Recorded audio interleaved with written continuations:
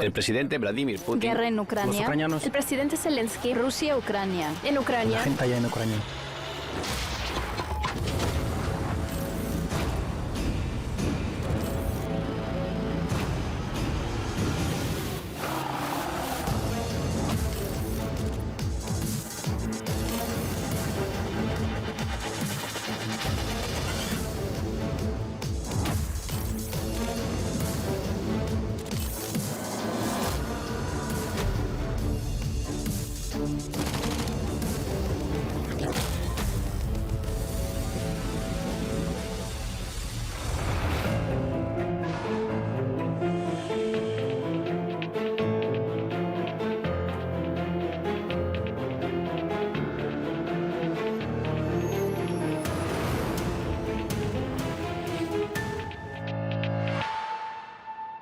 Según datos de diversos centros de análisis, la tensión entre Estados Unidos y Rusia ha alcanzado su punto máximo desde los años de la Guerra Fría.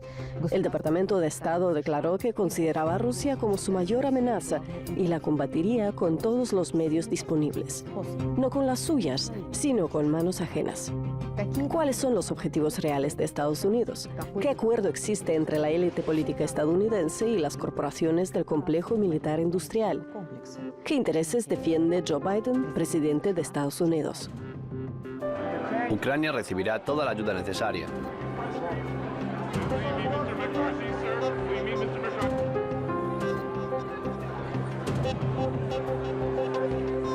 Si en 1986 me hubiese preguntado si podría mantener una amistad con un ciudadano de la URSS, habría dicho que no, porque era entrenado las 24 horas del día para matarlos. Esa era mi vida. Scott Ritter es nativo de Gainesville, en el estado de Florida. En el pasado fue oficial de inteligencia del Cuerpo de Marines de Estados Unidos. En Irak, entre 1991 y 1998, fue inspector de la ONU sobre armamento.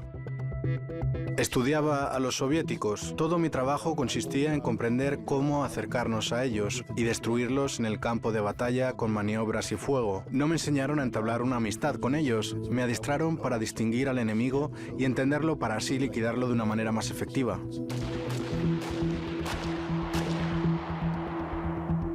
Soy un estadounidense fiel, atacado por el gobierno de mi propio país por ser honesto, por ser veraz y por hacer mi trabajo.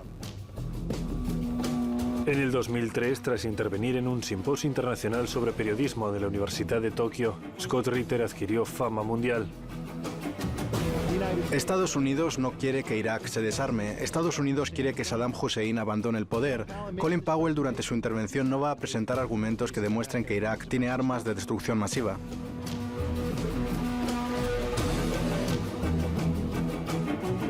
El propósito de la presentación de Colin Powell de mañana es destruir la confianza internacional en las inspecciones de armas, y eso es una maldita vergüenza.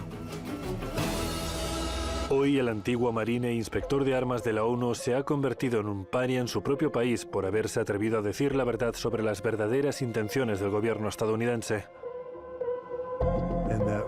Una vez que hice lo que hice, decir la verdad, comportarme de la forma que creía que era honorable, quedé marcado para siempre por el gobierno de mi país para ser acosado, atacado y totalmente destruido. Estoy decepcionado del gobierno de Estados Unidos.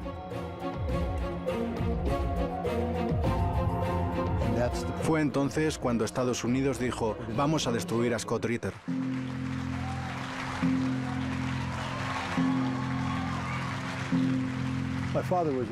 Mi padre hizo carrera en el ejército. Pasó 26 años en las fuerzas aéreas. Me criaron como militar en una familia militar. Todo lo que conocía en mi infancia era la vida familiar. Cada 2 años nos mudábamos a un lugar diferente. Durante un tiempo vivimos en Hawái. Luego nos trasladamos a Turquía y después a Alemania. En este último país, en el primer pueblo en el que vivimos, se realizaban ejercicios militares. Todos los días, mientras iba al colegio en bus, veía tanques, aviones y helicópteros que se preparaban para defenderse de un ataque soviético. Vivíamos al lado de un depósito nuclear en el que eran almacenadas las armas nucleares ¿Me estadounidenses. podría aclarar, por favor, aproximadamente cuántas bases existen en Alemania? Hay alrededor de 45 bases estadounidenses en todo el país. Algunas de ellas son muy grandes. Una base de armas nucleares cerca de Frankfurt y hay una de la Fuerza Aérea que es enorme. También hay una base del Ejército de Tierra.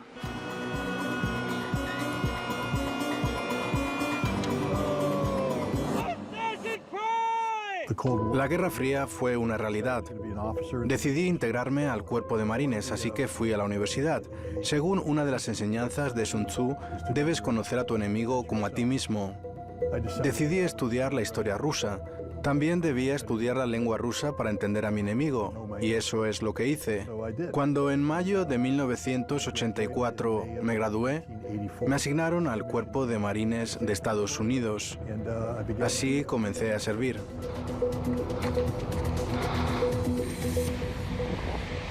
Tenemos 800 bases militares.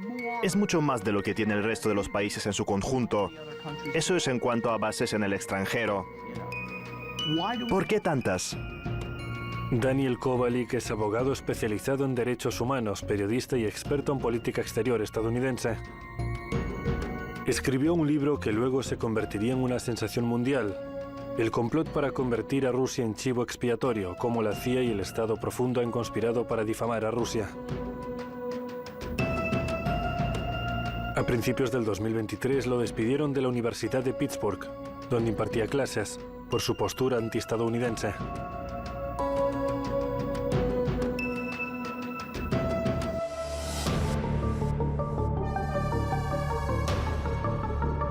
Cuando tenía 19 años fue a Nicaragua. Eso fue durante la guerra que Estados Unidos apoyó contra ese país. Yo estaba muy molesto por la guerra. Pero cuando llegué allí me frustré incluso más. Me di cuenta de que nos estaban mintiendo, que el propósito no era luchar contra el comunismo o contra la Unión Soviética, sino mantener a Nicaragua bajo control estadounidense. De eso se trataba. Ese fue probablemente el momento en el que realmente cambié de bando, por así decirlo.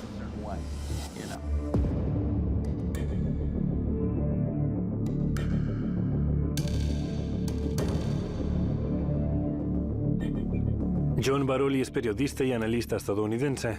Ha escrito más de 3.000 artículos para medios como Transitions, The New York Times, International Herald Tribune, Bloomberg News y The Art Newspaper. Centrémonos en los principales conflictos armados a partir de 1945 en los que Estados Unidos ha participado. El peor y el más notorio ejemplo es el de Vietnam.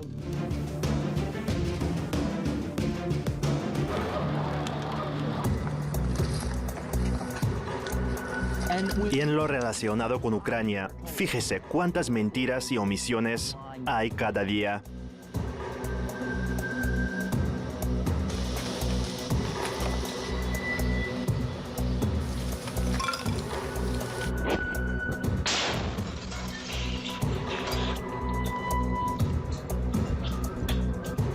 Estados Unidos está siempre preparado y dispuesto a cooperar con la paz y la seguridad. Actualmente Estados Unidos le suministra a Ucrania transportes blindados de tropas, drones, misiles portátiles antitanque, obuses remolcados, sistemas de lanzacohetes múltiples autopropulsados y sistemas de misiles tierra-aire. Las escandalosas declaraciones de políticos estadounidenses y europeos nos recuerdan la trama de las películas hollywoodenses sobre superhéroes. El guión es el mismo, salvar al universo. Pero, ¿qué pasa en la vida real? ¿De qué mundo se trata? ¿Comprenden los ciudadanos ucranianos que se han convertido en moneda de cambio en otro juego geopolítico?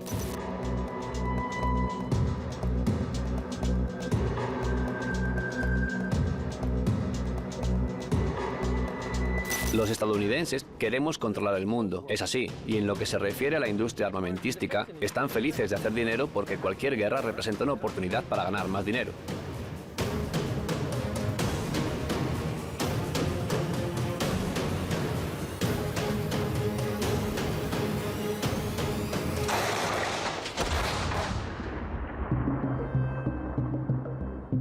En el caso de Afganistán, Estados Unidos dejó allí armas por un valor de $50.000 millones en su intento por salir del país. Gilbert Doctorow, doctor en filosofía, miembro y coordinador europeo del Comité Estadounidense para el Acuerdo entre Oriente y Occidente, autor de libros sobre las relaciones entre Rusia y Estados Unidos. Están evitando la vergüenza derivada del escándalo que sin falta ocurrirá al ver las categorías de armas y los fondos que les han sido suministrados a estos países. No quieren que suceda. En el caso de Afganistán, en cuanto miras más allá de lo que nos cuentan los reporteros de la BBC, entiendes por qué de la parte estadounidense hubo tan pocas víctimas.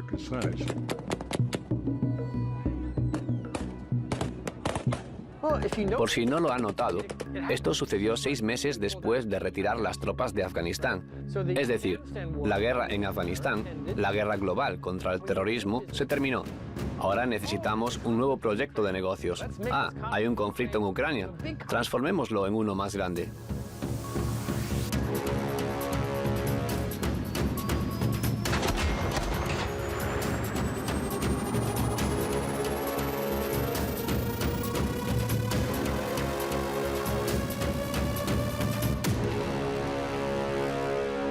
Ataquemos Donbass para así provocar a Moscú. Ucrania y sus ciudadanos son simplemente carne de cañón. A nadie en Washington le interesa Ucrania en absoluto. Nadie está para nada preocupado por los ucranianos. El enemigo usó el sistema de lanzacohetes múltiple HIMARS y cohetes de alto poder explosivo M31. En total fueron disparados 3 cohetes.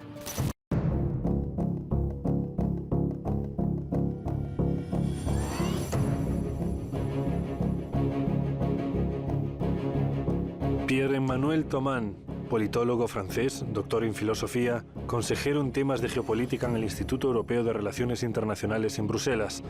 En septiembre del 2022 representó a Francia como observador en el referéndum de la República Popular de Lugansk. La cuestión más importante del conflicto ucraniano es el suministro de armas por parte de las potencias occidentales. Como podemos ver, el poder militar y el complejo industrial militar de Estados Unidos son de los principales actores en todos los conflictos desde los tiempos de la Segunda Guerra Mundial y hasta la actualidad. Tras la Guerra Fría, ha habido tiempos en los que Estados Unidos ha dirigido el mundo, un mundo unipolar, y continúa invirtiendo mucho dinero en su complejo industrial militar. Las diferentes crisis e intervenciones de Estados Unidos han sido una oportunidad para seguir gastando en la industria armamentística. Cerca de 50 países le han ofrecido su ayuda a Ucrania para defenderse y prevenir futuras amenazas. Antes de tomar hoy la decisión, la hemos considerado cuidadosamente. Las 3 partes del paquete de asistencia son la cooperación entre Suecia y Ucrania sobre la adquisición de suministros militares y facilitar su entrega a Ucrania, vehículos modernos de combate, así como misiles antitanque y, por último, la decisión sobre la primera entrega a Ucrania del sistema de artillería Archer. El Instituto de Economía Mundial de Kiel refiere los siguientes datos. El volumen total de ayuda, que incluye tanto el apoyo militar como financiero, así como los gastos en los refugiados, fue de 125.000 millones de euros para enero del 2023. Recientemente, Bloomberg publicó una investigación según la cual Estados Unidos y otros países occidentales le transfirieron a Ucrania cerca de 4.000 unidades de diversos equipos militares.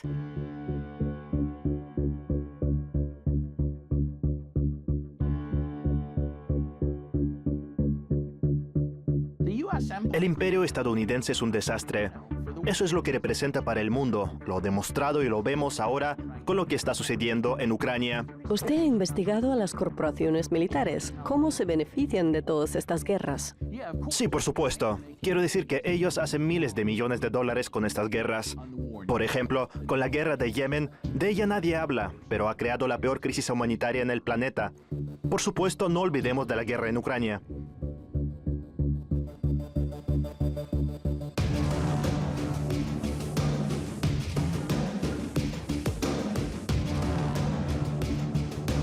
El gimnasio, el salón de actos y las aulas sufrieron daños. Los niños prácticamente no tienen lugar para estudiar.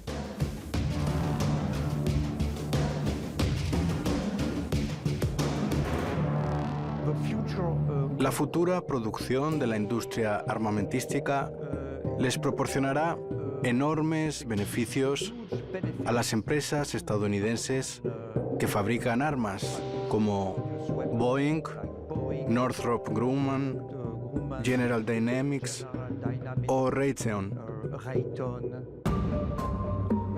Las 5 empresas estadounidenses más rentables en el 2022 en el sector de la defensa fueron Raytheon Technologies con 67.000 millones de dólares en ingresos, Boeing con más de 66.000 millones, Lockheed Martin con cerca de 66.000 millones, General Dynamics con 39.000 millones y Northrop Grumman con 36.000 millones de dólares en ingresos. Todas estas grandes empresas presionan al gobierno estadounidense para que adopte una postura ofensiva respecto al conflicto en Ucrania, para que apoye a Ucrania. Mediante un intenso cabildeo en el Congreso, convencen a los políticos para asignarle más al presupuesto militar, con lo cual podemos estimar que en los próximos 10 años gastarán hasta $1 billón en la industria armamentística.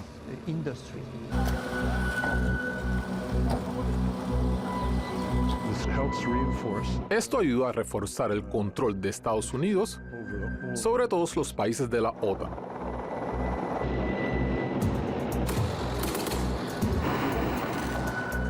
Incluyendo a Alemania y a Polonia. Asimismo, sirve para destruir las instalaciones militares y la producción militar europea, lo cual es una clara ventaja para Estados Unidos.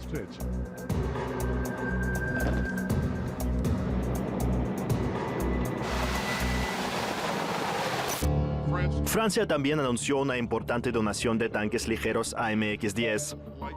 Muchos otros países europeos lanzaron sus propias iniciativas de entrenamiento en el marco de la misión de asistencia militar de la Unión Europea a Ucrania.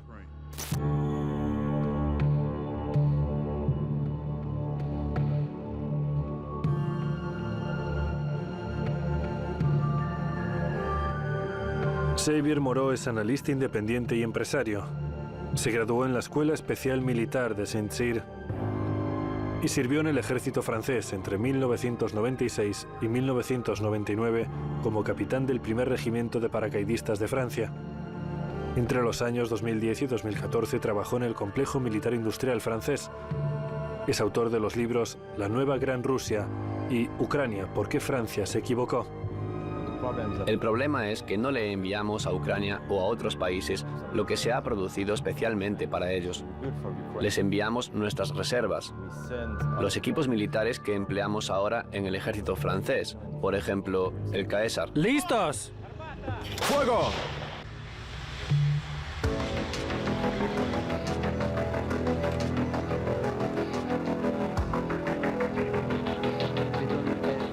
Ya hemos perdido nuestra postura de equilibrio. Los países europeos corren el riesgo de perder su propio complejo militar industrial debido a la presión de Estados Unidos, ya que desea exportar en grandes cantidades su producción militar a Europa. En este caso, el complejo militar industrial de Francia y el de Alemania estarán en peligro. Importamos de Estados Unidos ciertas piezas para nuestra industria militar. Las más importantes, en mi opinión, son aquellas que se utilizan en el portaaviones Charles de Gaulle. El sistema de catapultas para hacer despegar a los aviones se fabrica íntegramente en Estados Unidos.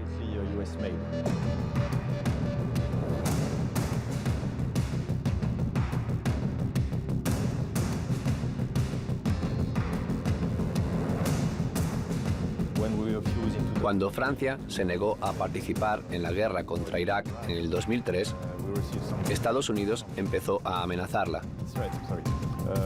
Además, tuvimos problemas con el caza Rafale. Este avión se convirtió en un éxito para nosotros y hace algún tiempo empezamos a exportarlo a Egipto. Estados Unidos se mostró muy descontento hasta el punto de amenazarnos con suspender la exportación de las piezas que necesitábamos. Debemos cumplir con nuestro compromiso de respaldar a Ucrania hasta que triunfe.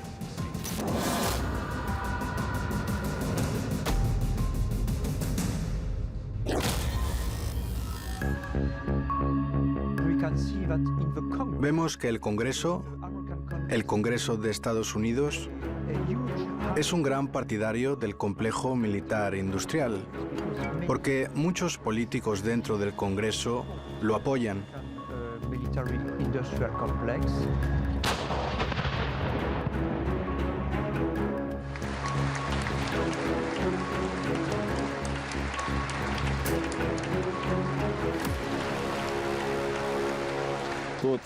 Si observamos los misiles, el resto del equipo militar que Estados Unidos le suministra a Ucrania, veremos que el principal proveedor es Raytheon Company. Es el contratista que le provee la mayor parte de la ayuda militar a Ucrania. Si nos fijamos en el pasado del actual secretario de Defensa de Estados Unidos, Lloyd Austin, resulta que durante los últimos 10 años fue el principal cabildero de esa empresa en Washington, pues hasta no hace mucho formó parte del consejo de dirección de Raytheon. Bueno, quiero decir que es muy típico de Estados Unidos derrocar regímenes, iniciar guerras, etc. Todo comienza con una operación de falsa bandera. Es su modus operandi. Mark Sleboda nació en el estado de Pensilvania. Sirvió en un buque nuclear de la Armada estadounidense. Actualmente es experto internacional en seguridad. Esto se remonta a la explosión del acorazado Maine en un puerto cubano que dio comienzo a la guerra hispano-estadounidense, al incidente del Golfo de Tonkin en Vietnam y al descubrimiento de armas de destrucción masiva en Irak.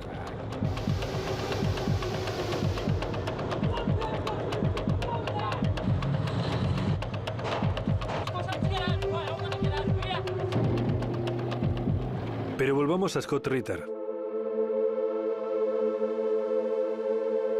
A principios de los 90 fue nombrado inspector de armas de la ONU en Irak. Representó a Estados Unidos en la UNSCOM, una comisión especial de Naciones Unidas.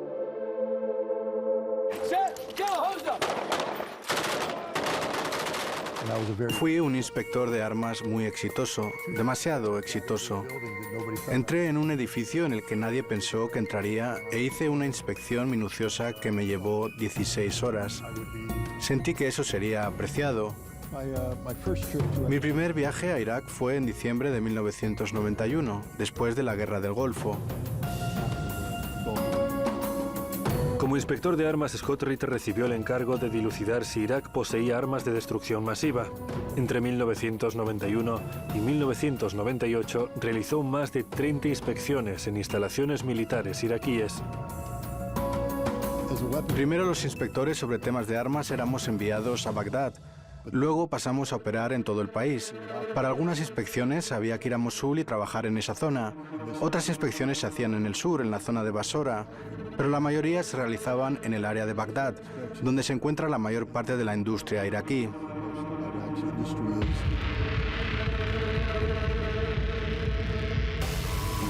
Cuando empecé no veía discrepancia entre la política del gobierno estadounidense y la tarea que me habían encomendado. Más tarde, cuando ya habíamos progresado sustancialmente en el recuento de los misiles iraquíes, me di cuenta de que Estados Unidos no tenía la intención de permitir que se reconociese que Irak cumplía con lo establecido. Y no importaba lo que yo y los otros inspectores hiciéramos en el terreno. Estados Unidos quería mantener las sanciones económicas impuestas a Irak hasta que Saddam Hussein fuera destituido.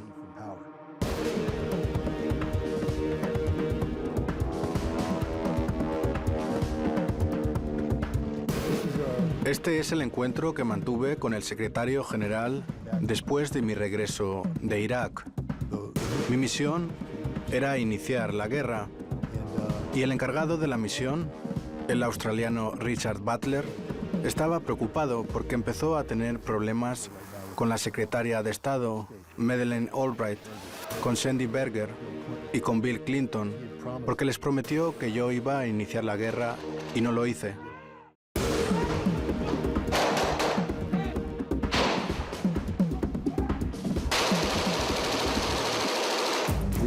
Enviamos a cientos de inspectores de armamento para supervisar el desarme de Irak. Todas las décadas de engaño y crueldad han llegado a su fin.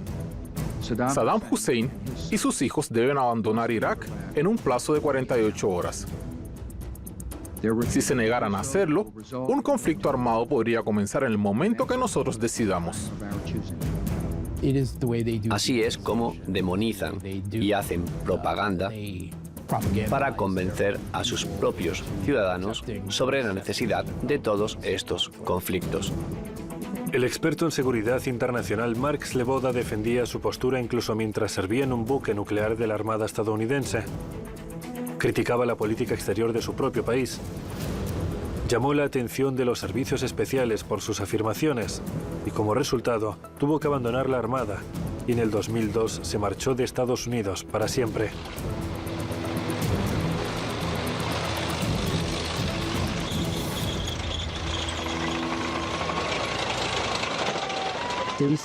¿Usted apoya lo que hacemos en Ucrania? Mi mujer es de Crimea. Mi suegra vive en Simferópol. Tenemos parientes en Donbass, Donetsk, Kharkov, Odessa y en toda la Ucrania del Este. Aunque lejanos, pero son parientes de mi mujer. Y por supuesto, ninguno de ellos aceptó el derrocamiento en el 2014 del gobierno que habían elegido. Fue el último gobierno legítimo y democráticamente electo en ese pobre país.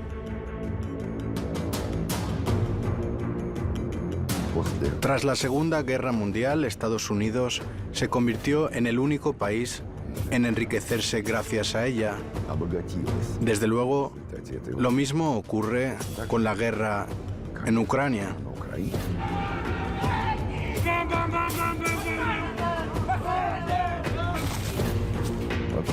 En realidad, se le destina a Ucrania tan solo el 10%. El resto se queda en Estados Unidos.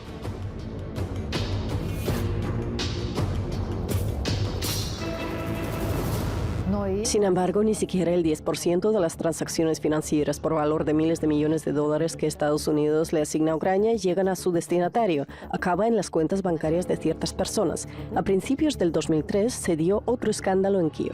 El Servicio de Seguridad de Ucrania llevó a cabo allanamientos contra diputados y altos mandos del país. La escala de la corrupción les chocó incluso a los estadounidenses. En 1994, Vladislav Telitschko era asesor del presidente ucraniano Leonid Kuchma y ocupó el cargo de viceministro de la industria del carbón y luego el de viceministro de situaciones de emergencia. Me opuse abiertamente a Maidán. Por tal motivo, el Servicio de Seguridad de Ucrania emitió 2 órdenes de arresto en mi contra. Entonces tuve que abandonar el país.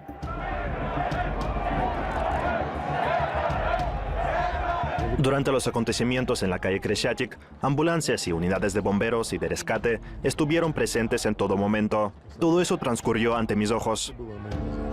Al cabo de una semana anuncié públicamente que abandonaba todos los cargos públicos y administrativos y me iba a Donetsk, y que creía que mi lugar estaba allí con mi familia y amigos, sobre todo en aquel momento en el que el ejército ucraniano empezaba a bombardearlos. Esta ya no es una manifestación, es una revolución. Hay un aspecto muy interesante sobre cómo Occidente comenzó a apoderarse de Ucrania. Bueno, para ser sincero, fue básicamente Estados Unidos. ¿Por qué lograron hacerlo de una manera tan eficiente y bastante dura en un corto periodo de tiempo? Muy sencillo. Todo empezó por la corrupción.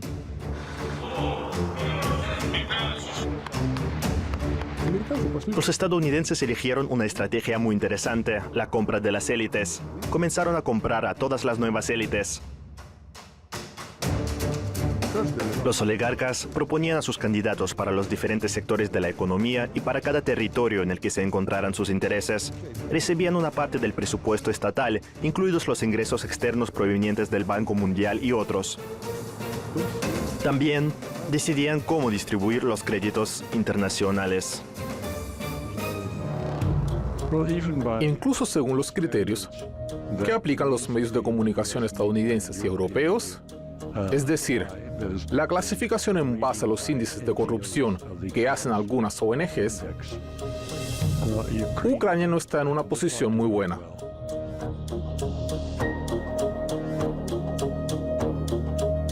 Datos sobre la venta ilegal de armas han sido presentados tanto por la parte rusa como por la ucraniana. El propio jefe del Servicio de Seguridad Económica de Ucrania, Vadim Melnik, ha afirmado que este tipo de transacciones ha tenido lugar. En Darknet se pueden encontrar sistemas antitanques Javelin por $30,000, 8 veces menos que su precio real de mercado, que asciende a unos $240,000. Como se ve, la diferencia es grande. También se pueden encontrar los sistemas franceses de artillería autopropulsada Caesar. Allí cuestan $120,000, 50 veces menos que su precio real de mercado. Además, aunque se trata de un ejemplar raro en Darknet, también se pueden encontrar los famosos HIMARS, en cuyo honor han sido nombrados niños en Ucrania. Se venden por $880,000.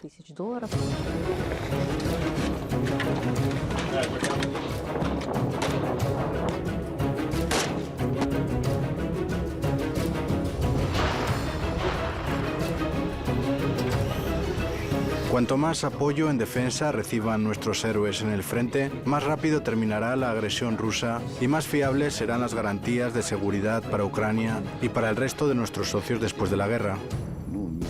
No es una casualidad que Zelensky se haya convertido en multimillonario, y no solo él. De hecho, aunque no podemos mencionar cifras exactas, en noviembre, el monto total de ayuda financiera recibido por Ucrania fue equivalente a su PIB, que ascendía a unos $130,000 millones. Y no se trata del presupuesto ucraniano, este es mucho menor, unos $40,000 millones. La cuestión es que Zelensky ahora tiene hermosas villas en Italia. Es una persona realmente corrupta a costa de la sangre de otros, como muchos en Ucrania.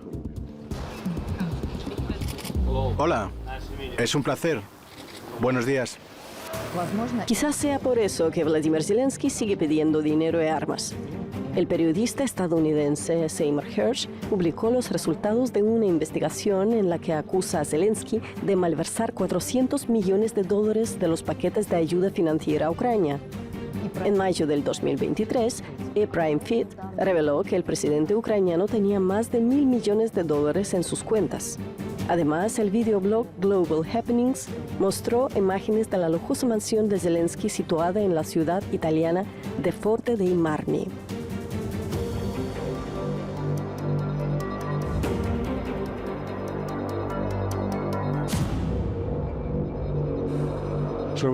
No es de extrañar que la mayor parte del dinero enviado a Kiev acaba en cuentas bancarias privadas, muchas de las cuales son de Zelensky.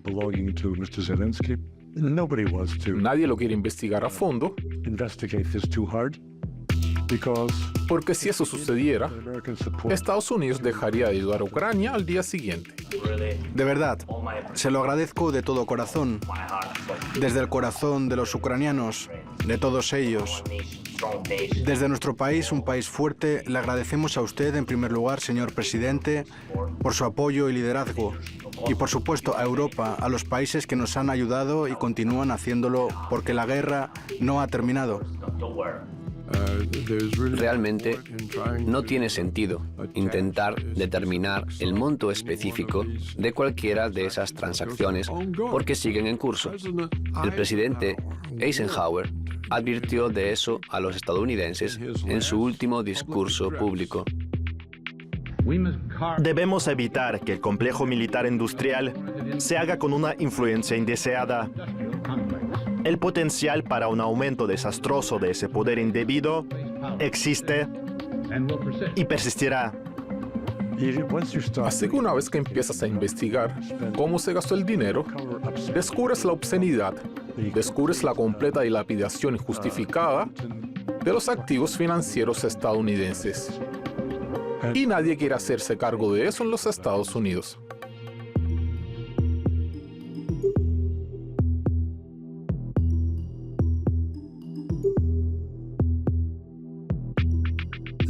Esta es una inspección fuera de las instalaciones de la Guardia Republicana Especial iraquí. Era la unidad de guardaespaldas de Saddam Hussein. Pueden ver a los guardaespaldas cerrándonos el paso. Estos son nuestros vehículos. Ese con la gorra blanca y la camiseta oscura soy yo. Estaba mirando un helicóptero. Había un helicóptero de la ONU dando vueltas sobre el sitio. 3 minutos después, alguien recibió una llamada de la Guardia Presidencial para decirnos que iban a derribar el helicóptero.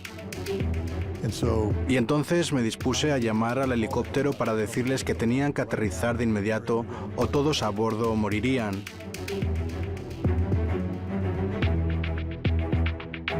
Eran inspecciones muy tensas, pero al mismo tiempo la CIA conspiraba a mis espaldas para desacreditarme, para desacreditar las inspecciones, para interrumpirlas. Así que estábamos inmersos en una guerra en 2 frentes. 5 de febrero del 2003. El secretario de Estado de Estados Unidos, Colin Powell, habla ante el Consejo de Seguridad de la ONU. Afirma ante todo el mundo que Irak posee armas de destrucción masiva. Ya en 1995 poseían este tipo de armas en grandes cantidades, menos de una cucharadita de anthrax seco, más o menos esta cantidad. Esto es más o menos una cucharadita, menos de una cucharadita de anthrax seco en un sobre. Paralizó el Senado de los Estados Unidos en el otoño del 2001.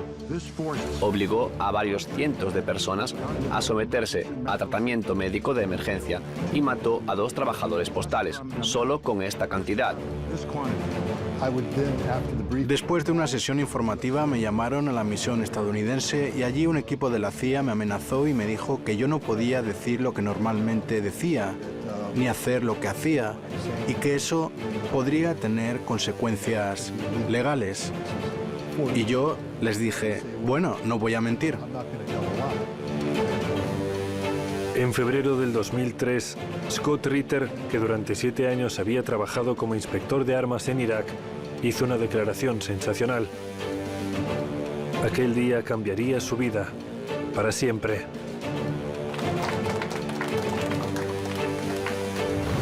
El propósito de la presentación de Colin Powell mañana es destruir la confianza internacional en las inspecciones de armas y eso es una vergüenza. Creo que una invasión estadounidense a Irak es la mejor publicidad para el reclutamiento que Osama Bin Laden y Al-Qaeda tendrán jamás, y esto nos llevará a una guerra sin fin. Estoy obligado a defender la Constitución contra todos los enemigos extranjeros y domésticos. Y cuando la mayor amenaza a la Constitución proviene del gobierno de Estados Unidos, es mi responsabilidad hablar, hacer lo que pueda para advertir de esa amenaza, para tratar de evitarla. Y entonces me llamaron traidor y afirmaron que era una amenaza para la seguridad de Estados Unidos. Y fue entonces cuando dijeron: vamos a destruir a Scott Ritter, vamos a impedir que sea inspector, vamos a impedirle que haga esto porque no es parte del juego. El FBI me investigó y amenazó con arrestarme.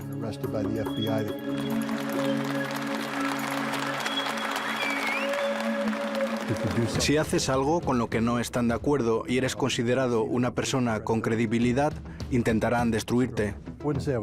Yo no diría que estaba asustado. Creo que estaba preocupado. No me gustaba que me consideraran alguien desleal a mi país. Yo era muy leal a mi país. Soy muy leal a mi país. No eres un traidor por decir la verdad. Pero me preocupé más tarde, cuando me acusaron de espionaje, algo que conlleva a la pena de muerte, por cierto.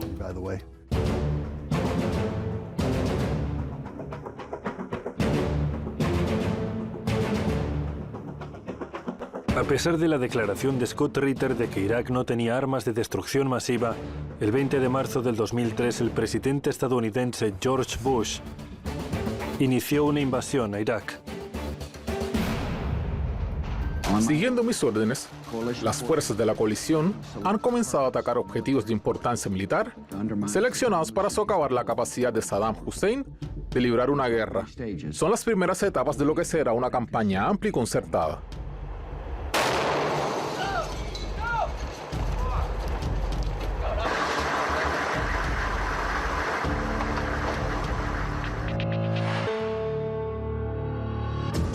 Hoy la guerra en Ucrania responde a los intereses de Estados Unidos.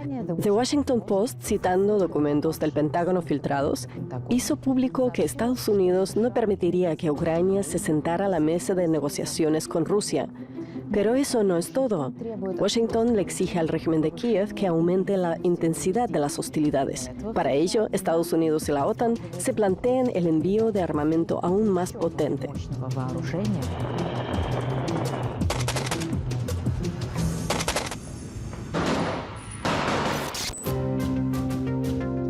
A día de hoy hemos entrenado a 420 soldados ucranianos en el uso del obús M777, a otros 300 para utilizar el M109 autopropulsado, a 129 para usar el vehículo blindado de transporte de tropas M113, a otros 100 en sistemas aéreos no tripulados y a 60 que han terminado hoy para explotar el HIMARS.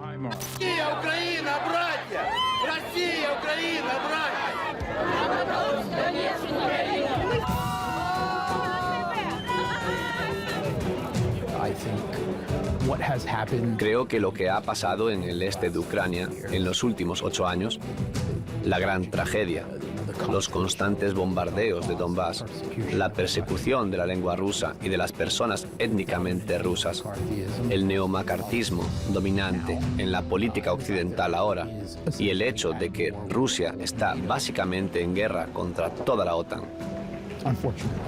Por desgracia, todo ha sido el resultado de que la OTAN se ha pasado los últimos 8 años construyendo, primero depurando y luego construyendo una potente maquinaria militar. Y los acuerdos de Minsk fueron, ahora lo sabemos por las declaraciones tanto de Poroshenko como de Angela Merkel, algo que simplemente utilizaron para... Ganar tiempo. Sí, para ganar tiempo, para construir ese fuerte ejército. En el sentido diplomático, con los acuerdos de Minsk trataron a Rusia igual que los funcionarios del régimen de Kiev trataron al pueblo del este de Ucrania cuando dijeron: prométanles cualquier cosa ahora y luego ahórquenlos. Si alguien me dijera: Scott, ¿por qué pretendes ser un experto en Ucrania? No lo soy en absoluto, pero soy analista. Soy capaz de asimilar datos, evaluarlos y sacar conclusiones en base a ellos. Hoy en día, el exmarine estadounidense e inspector militar de la ONU en Irak, Scott Ritter, se opone a la ayuda a Ucrania. En los años 90, los servicios especiales estadounidenses lo enviaron a la Unión Soviética. Fue ese el viaje que cambió su actitud hacia los rusos para siempre. Esta es una foto mía de cuando era inspector militar en un equipo de la Agencia de Inspección y trabajaba en Rusia. Aquí me acababan de ascender de teniente a capitán. Lo que hacíamos en Votkinsk era único. A diferencia de otros equipos que llegaban con inspecciones a corto plazo, vivíamos allí de manera permanente. Fuera de la fábrica de misiles de Votkinsk vivían 30 ciudadanos estadounidenses. Como típicos estadounidenses, trajimos la bandera y posamos con ella a la entrada de la fábrica. No estábamos separados de los colegas soviéticos, por eso al trabajar juntos nos convertimos en un equipo unido. Durante toda la vida me entrenaron para matar y odiar a los soviéticos. Gracias a este trabajo me di cuenta de que todos somos humanos y de que todos somos iguales. Todos tienen esperanzas, sueños e ideas.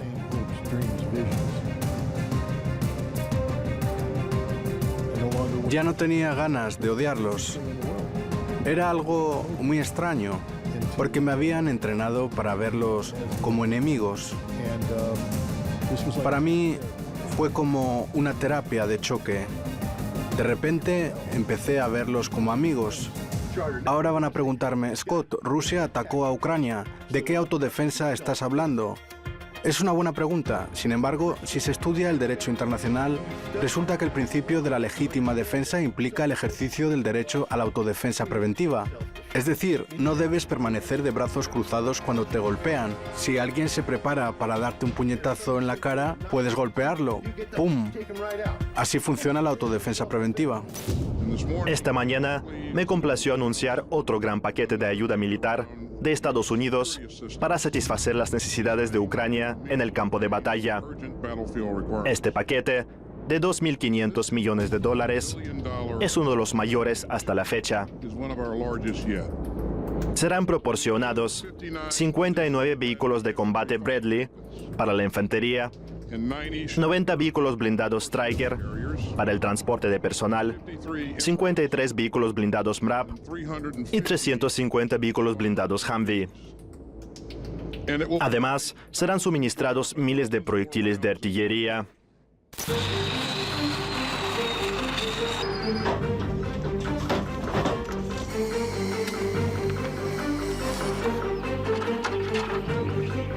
X 38.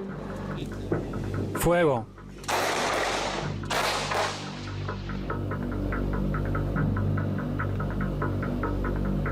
Washington, Londres y Bruselas no lo entienden. ¿No recuerdan la historia o qué?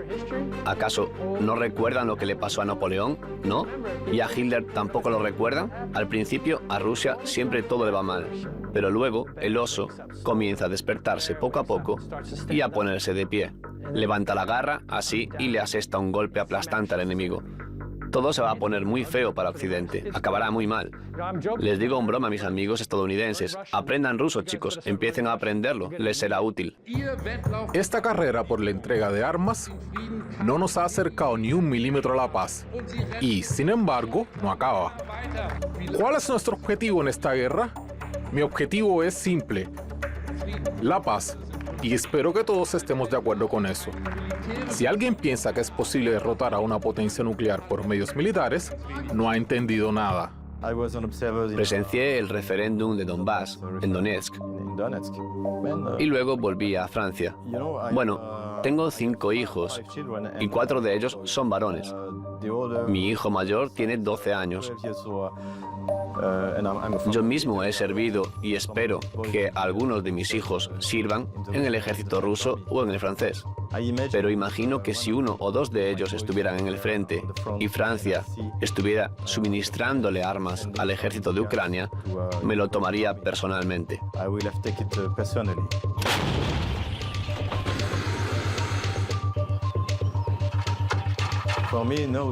Creo que Rusia ganará. Quiero que los rusos venzan. No dudo que así sea, pero puedo ponerme en el lugar de un padre cuyos hijos van al frente y que ve como Emmanuel Macron envía armas para matarlos. No cabe duda de que pagarán por eso.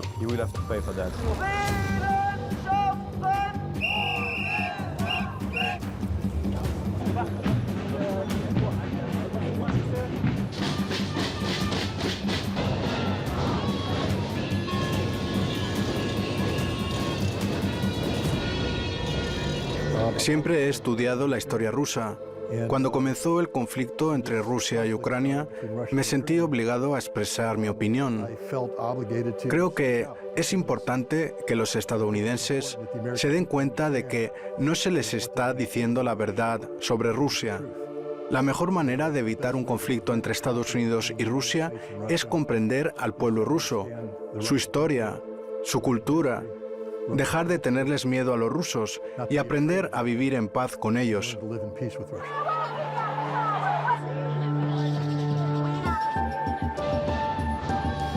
Rusia ha sido... Ucrania después de que Rusia... Ucrania. Ucrania.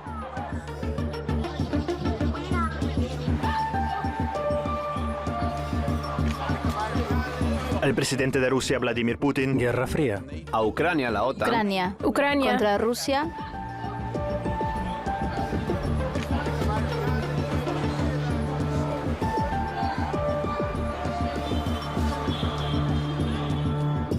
A juzgar por el estado de ánimo en Occidente, los europeos empiezan a salir de la hipnosis. Pero ¿hasta dónde puede llegar el complejo militar industrial estadounidense?